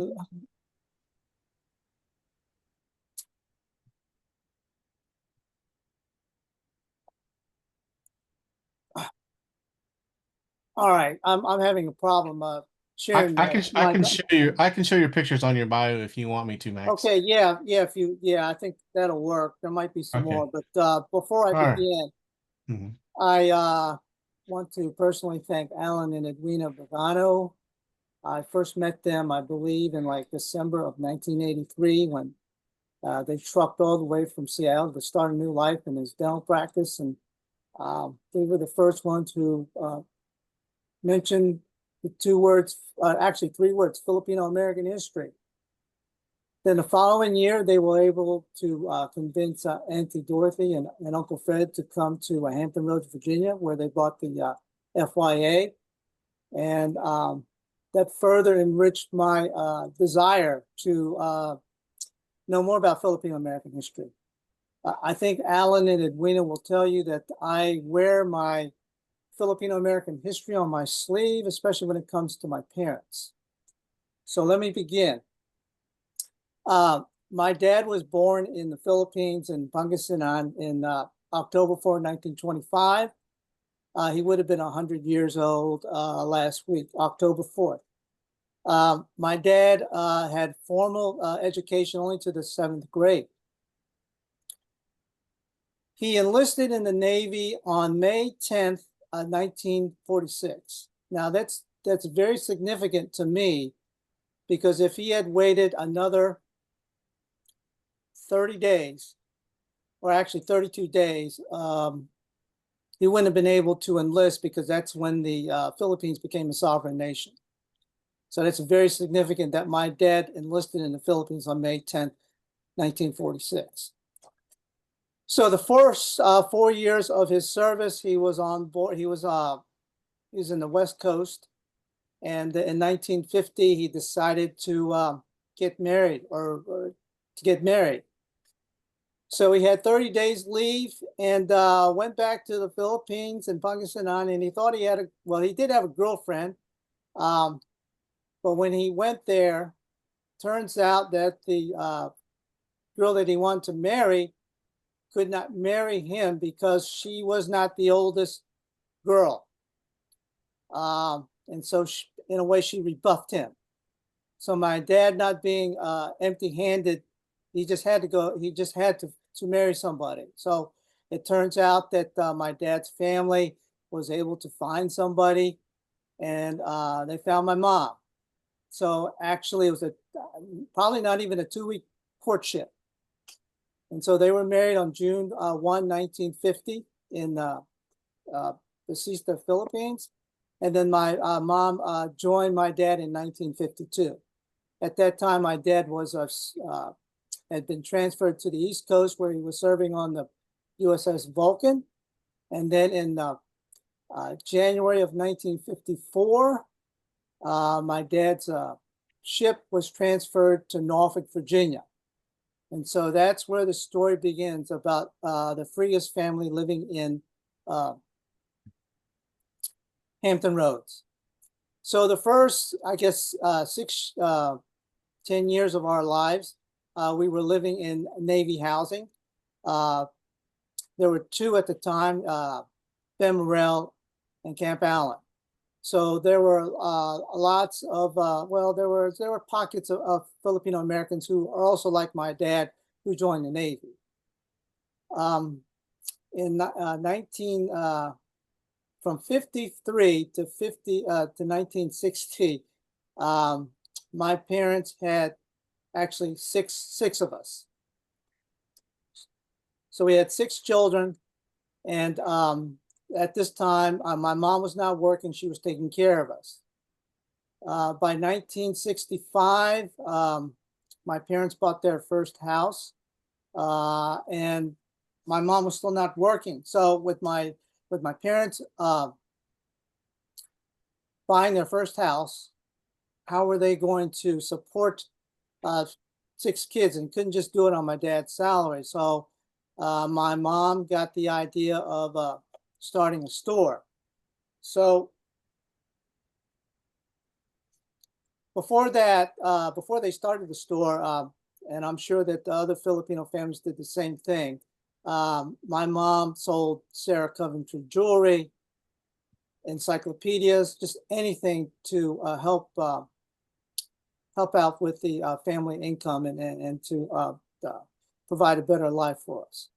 So like I said, in 1965, my parents bought their first house, but then they needed to supplement their income. And so my mom got the idea of starting a grocery store. And not just a grocery store, but a Filipino grocery store. This was one where, if you can just envision, in 1965, the phone system was primitive, so to speak.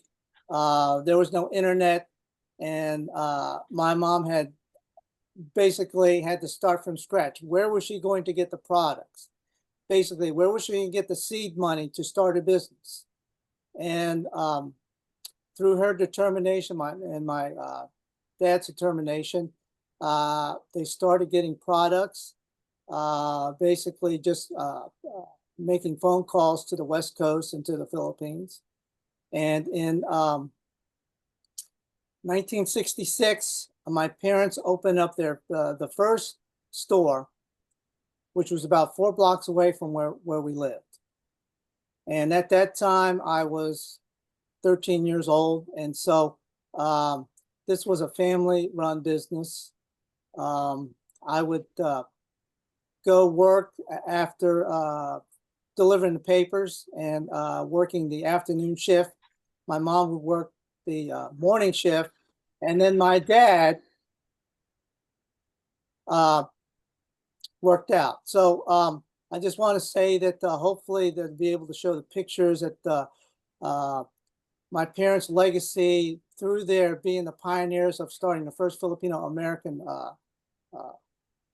grocery store, that they were able to inspire other Filipinos in this area to have their own businesses. Thank you very much. You want me to share? Do you want me to share your bio? Show those pictures real quick or no? Yes, if you could, yeah. Yeah, give me 1 second.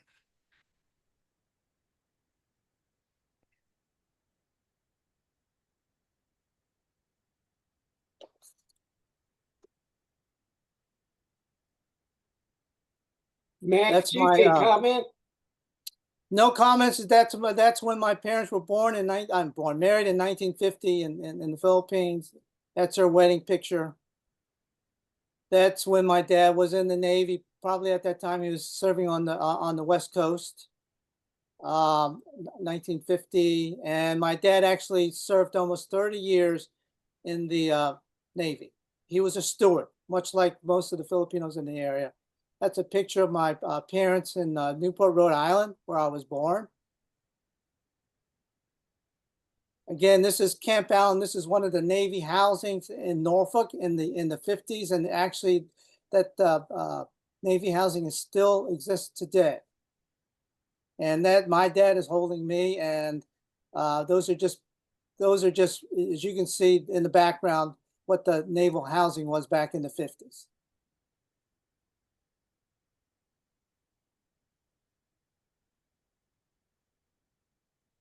My mom have a habit of writing in the photo. So and that picture right there was basically the first snowfall that we had, that we experienced. That was like 1957, 56. And so right there, that is a shot of my parents' store. At that time, it was called Philippine Oriental Products. Like I said, it was like 4 blocks away from where we lived. And it serviced the entire community. That is my brother, Tony. Like I said, this was a family business. He helped out. My parents were able to do what we call Harbor Fest and other fests where they showcased Filipino food.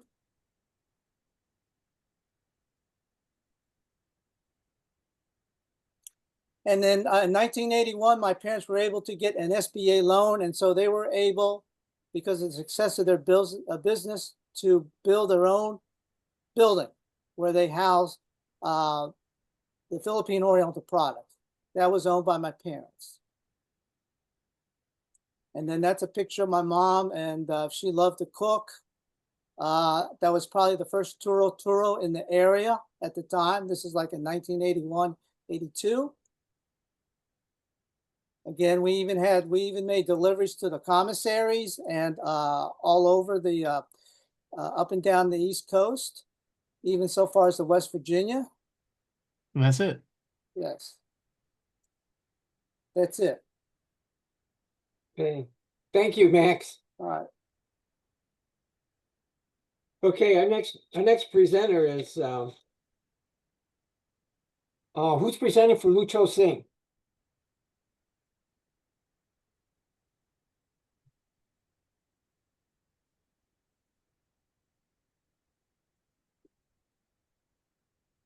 No presenter? Okay, let's move on. Eduardo.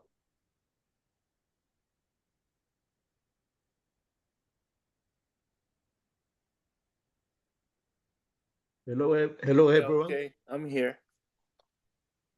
Oh, is it So- another Eduardo? Oh, another Eduardo. Eduardo Brotanel. No. Edward. Oh, Okay, you're Edward. Okay, that's me. That's yeah. Okay. Okay. Hello, everyone. I want to thank Allan and the rest of FANHS headquarters, nationals to that put this together. It's hoping that this will go on every year. It's really very informative, and that's what we're here for, to inform each other. So anyway, my presentation or my story, the title is Echoes Across the Pacific, Sharing Filipino American Stories with the Homeland. And I've always want to share Phil-Am history to the Philippines, and I do go back there often because that's where I'm from. My story began, our story here in the United States began with my Uncle Leon Datangel Sr. He was the one who brought us here during the second preference of 1965 immigration law. At age 9, he was working in a Japanese garrison in about 1943. He was caught stealing food at the kitchen of the Japanese garrison. So the Japanese soldiers, luckily for him, the Japanese officers were very fond of him. So they just kind of took him in the mountain and buried him up to his neck and left him there for dead. So the Filipino guerrillas found him buried and digged him out and adopted him. And the group of guerrillas had a white officer who is a pilot who was shot down in the Philippines. That man took him as a boy, and don't remember if any of you seen MASH. In MASH, they have this kid, the Korean kid, running around in the tent helping out the soldiers, and that's I think the kind of thing that they do for those boy that they get during the war. So they kept him. When the time came for the pilot to travel back to Guam and engage in the front line during the liberation of Manila, he was shut down, and my uncle was brought to Guam with him. That story was a little unclear. I don't know how he got in there. He probably got snaked in on one of those luggages or something like that. So I don't know, but he got into Guam. The pilot got shot down and died in the war. At that time, my uncle was then 17 years old. So he picked his age and signed up in the army. So he was 70 years old when he picked it and became 18 years old or 19. He went to boot camp. He says in Honolulu, and got shipped out in Honolulu for the Korean War. When he got to the Korean War, I think he took an R&R, and then he was shipped out again, this time around to the Vietnam War. And this is around 1960, 62. And he mentioned to me that, man, after experiencing the third war that he was involved in, he realized this war is not going to be a happy ending. I don't think he'll come out of this war alive, the Vietnam War. So he shot himself in the foot, accidentally, he said. And so he got an honorable discharge. From there on, went back to San Francisco. He started a restaurant because he was like I said, he was a cook in the garrison of the Japanese garrison, and while he was stealing those clothing. So he started that, and he had a restaurant, and then he expanded to having a bar. He bought the bar right next to it, and this bar had during this time at around 1967, 68, topless in San Francisco was very big.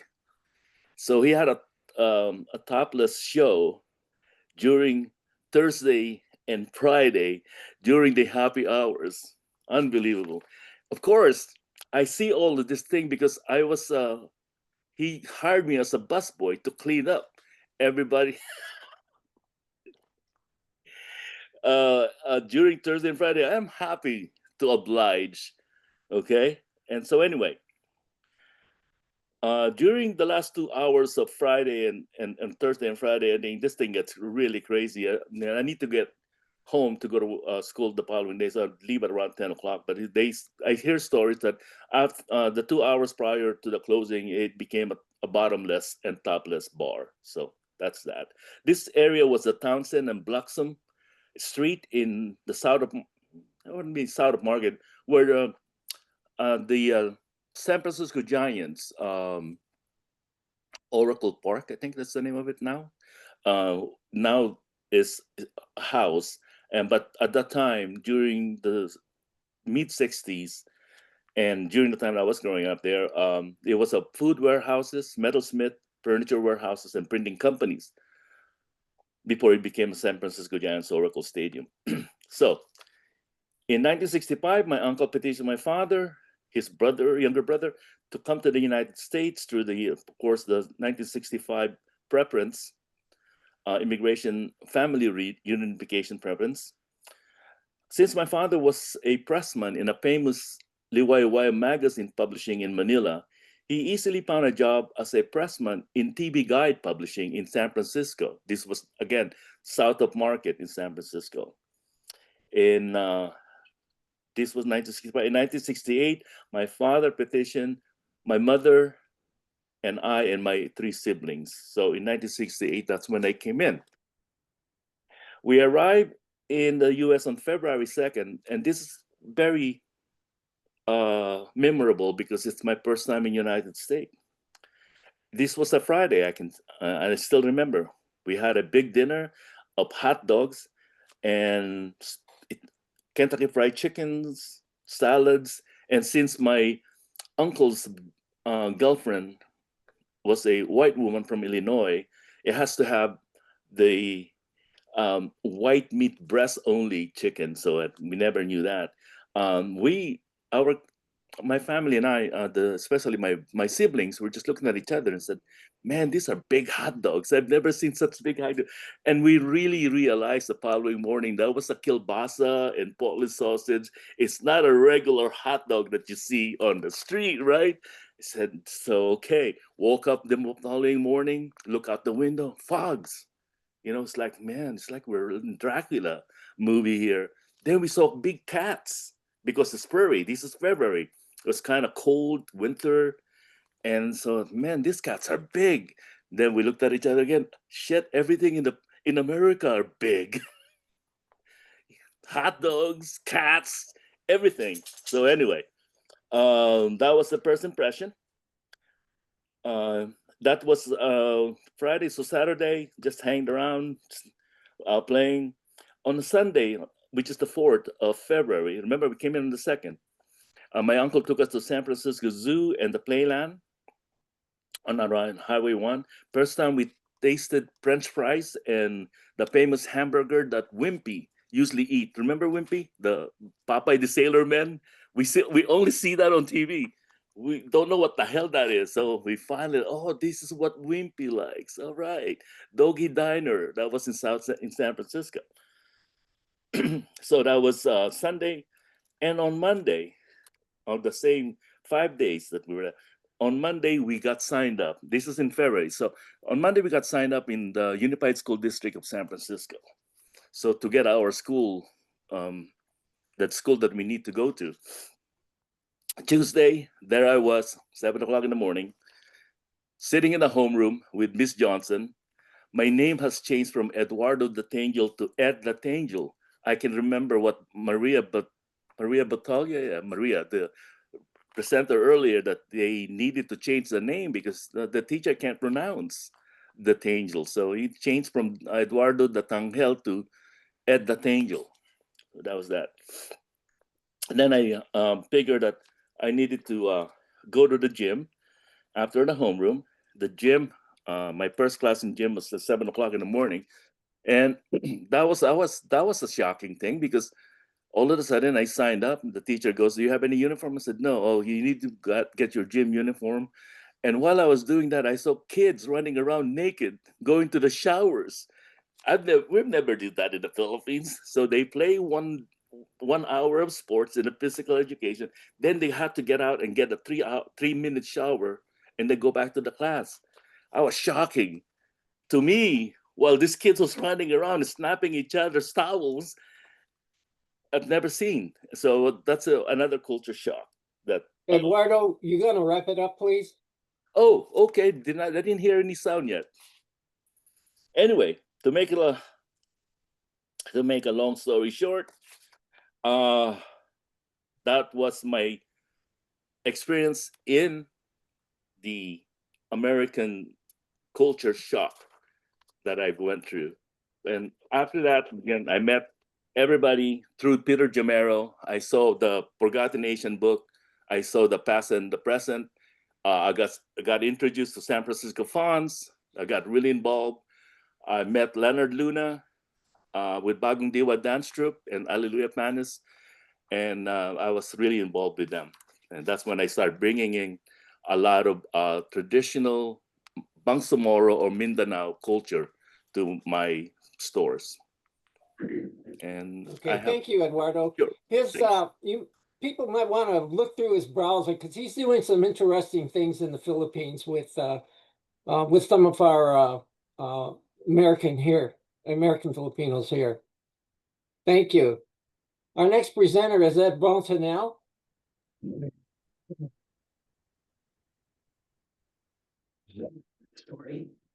Good afternoon, everyone.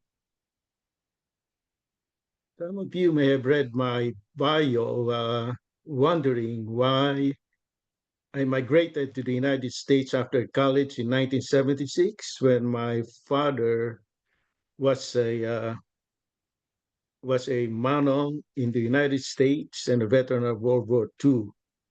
Well, the story is this: my father came to Chicago via Seattle in 1927. After completing his high school at he said Broadway High School, he moved to Chicago at the urging of his first cousin. During World War II, my father was drafted into the 1st Filipino Infantry Regiment and deployed to New Guinea and the Philippines. After the war, he requested to be discharged in the Philippines. He worked at a U.S. Army Quartermaster Depot, and that is where he met my mother, and they eventually married, and that's why I was born in the Philippines. I had no desire to come to the United States until I graduated from college, when a lot of people was telling me that there's thousands of Filipinos lining up at the U.S. Embassy to get a visa to the United States, whereas I'm an American citizen and did not want to go to the United States.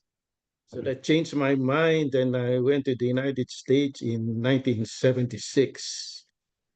In the US, I worked initially as a computer operator, and those big computer mainframe, the IBM 360s and 370s. and I find it kind of boring. And I finally found a job where I think I fit in, which is as a detective in the United States Army. Today, I'm going to talk about an experience I had while I was in the Army. And it was specifically requested by Auntie Dorothy. And I thank her for inviting me to talk in this program.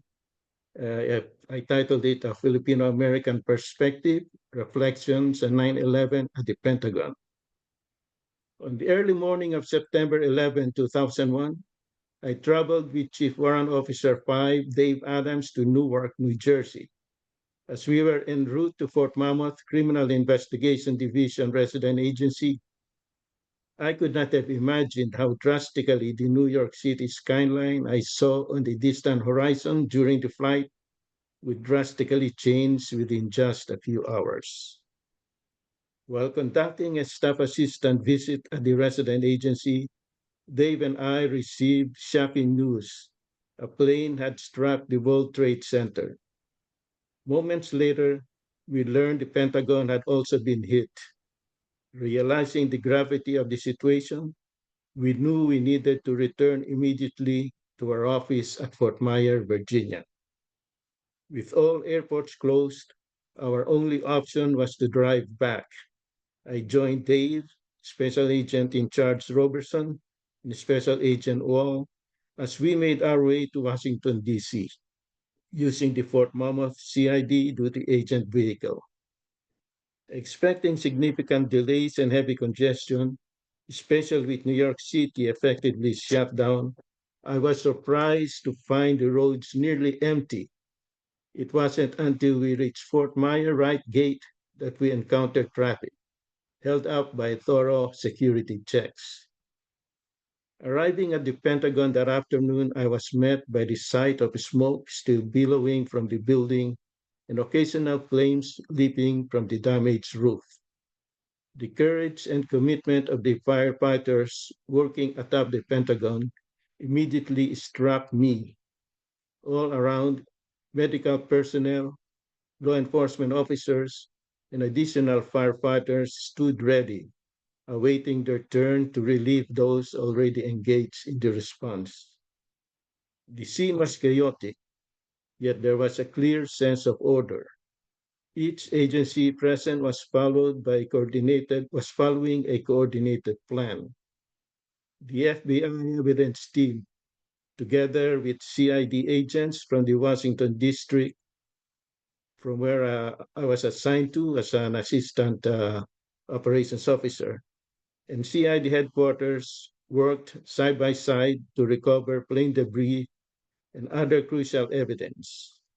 At the Navy Annex, where witnesses interviews were being conducted, there were more law enforcement agents than witnesses needing to be interviewed. Another notable aspect was the presence of Red Cross volunteers. They efficiently distributed water, sodas, and boxed meals to the personnel on site.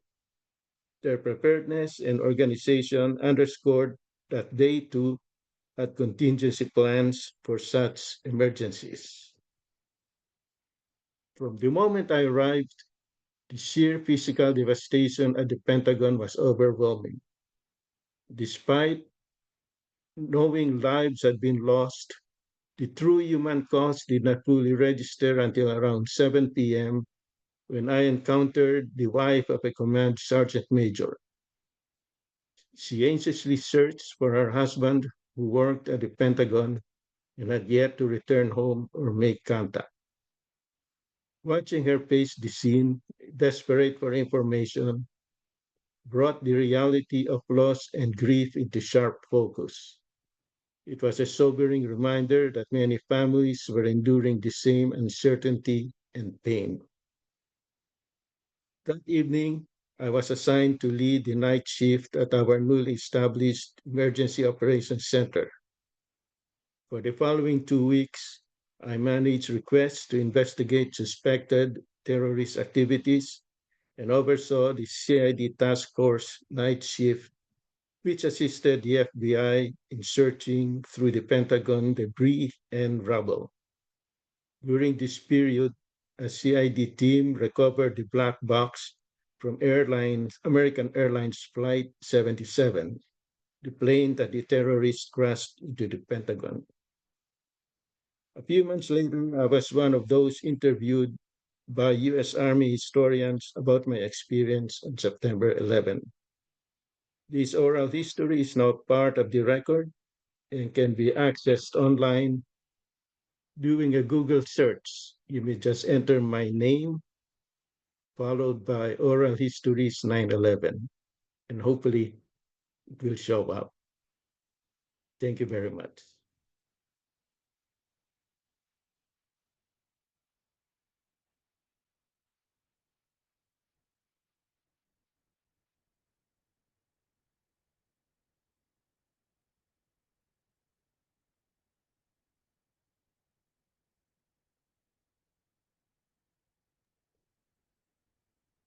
Can you hear me? Yeah, we can hear you. Okay. Thanks. Thank you, everyone. You're welcome.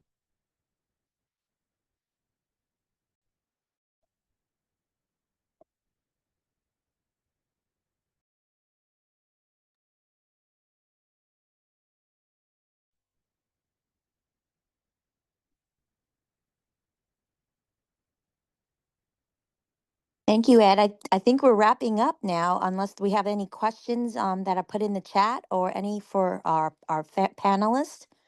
Uh, Alan, are we going to stop recording and continue this the discussion? Yes, I am going to stop the recording, but before I do that, can everybody put your screen on? I want to see faces because we're going to go like this and say, hey, everybody had a good time, right? Everybody like this? Yeah. There we go. There we go.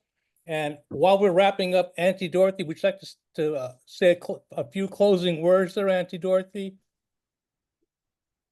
Not really. I was so busy listening. Some of the stories I've heard before, but then they added new parts to it. I mean, this is what FANHS is really about. FANHS was really about hearing the stories of people, not the famous people make lots of money and everything, but the people who make the basis, the foundation, whether it was a long time ago or present, they're the storyteller. And I thank all of you storytellers for sharing your experiences with us.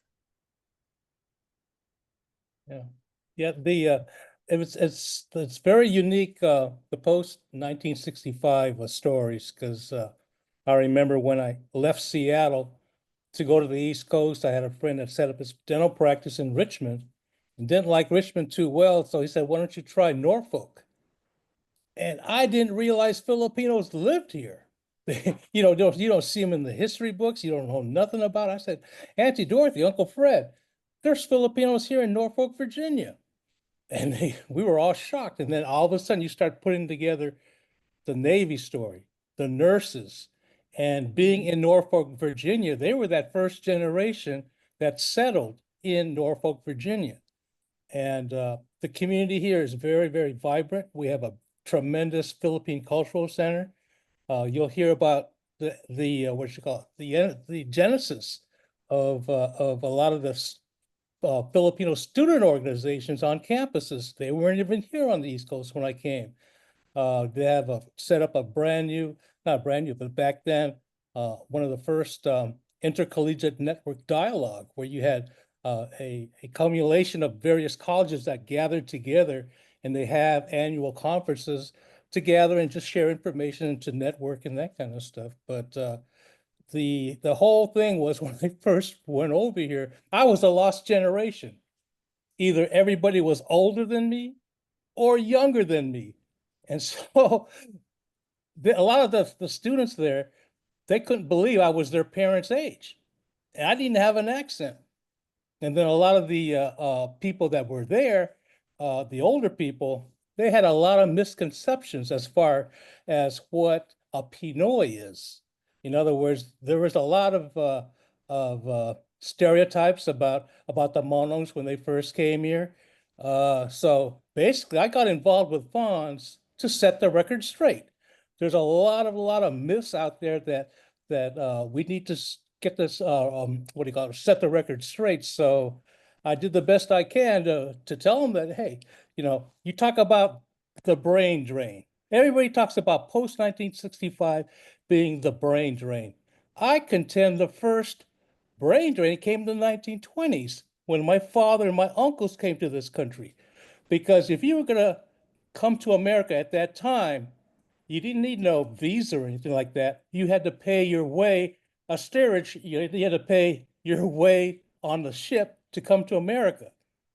So if you were a father in the provinces, and if you were going to send your son or somebody to go to America to get a college degree, who would you send? Would you send your dumbest kid? Your laziest kid? No, you'd send your most resourceful kid who could survive. And that's what my father and my uncles did. When they came to America, there was nobody here to greet them. All you saw was no Filipinos allowed. And so they survived that, so forth and so on. So I had to get the record straight. And so hopefully, Auntie Dorothy, go ahead. I'm just trying to kill time here. Go ahead. I would like to add something else too. So much is said that the early immigrants who came basically went to work. Well, they had to work. Okay. But when we're looking at the ship's manifest now, we instead of just reading the first few columns, we start to switch over to the end. They were written on there. There was a question. They were, first of all, Filipinos coming in the early times weren't put down as aliens. They were under American citizens, though they weren't. So further over on the columns, why are you going to America? Those who are coming through the North Tier, basically, they would put down, I saw one ship's manifest where around 50 to 100 names of those names was their purpose to go to school. That was their intent. That's why their parents sold things and gave it to them, not to go work in the field. When we asked the people in the beginning, did you work in the field? Yes, they did. What were your dreams? It was to get an education. But how did they survive? They went to Alaska, where they worked in the fields. So they did both things. For some people who graduated from college, it wasn't 4 years. Some of them, it was lucky if they did 10 years, because they probably just earned enough money. So the stories are interesting. We have to flesh out the stories, the Filipino stories, and get rid of all we are not cookie cutter people. Everybody has their own story. So just because Joe Blow from Kokomo had one story, that doesn't mean that the guy Ross Country has another. So anyway, I'm getting really excited about these. Tomorrow, we're talking, that's going You to mean be Saturday, next Saturday, Auntie. Oh, wait a minute. Yeah, that's right. Well, not tomorrow, next week. We're going to go in changes in the community. And so we'll try to see how many changes are there. And there's going to be a lot. And then the final one, I'm inviting people, because you may be participating. Notice your name's coming up, making these little messages. The last one says, what are you? Are you Philippine? Are you an American? Are you Filipino-American? Are you an American Filipino? Are you Pinoy? Are you Filipinx? And are you a dual citizen, and why? And if you're not, so we're going to have two parts. The first part is for older people, and the second part will be for younger people. Yes. And what are you defining as old, Auntie? Pardon me? Yeah. What are you defining as old? The thing, if some of you are listening, because we still have some slots to fill out in day 4, contact either Allan or I, and we will put the first people to come in. And we're looking for all kinds of different orientation of what are you? Okay. That's it. Okay, very good. Okay, I'm gonna stop recording here, but we can still hang out.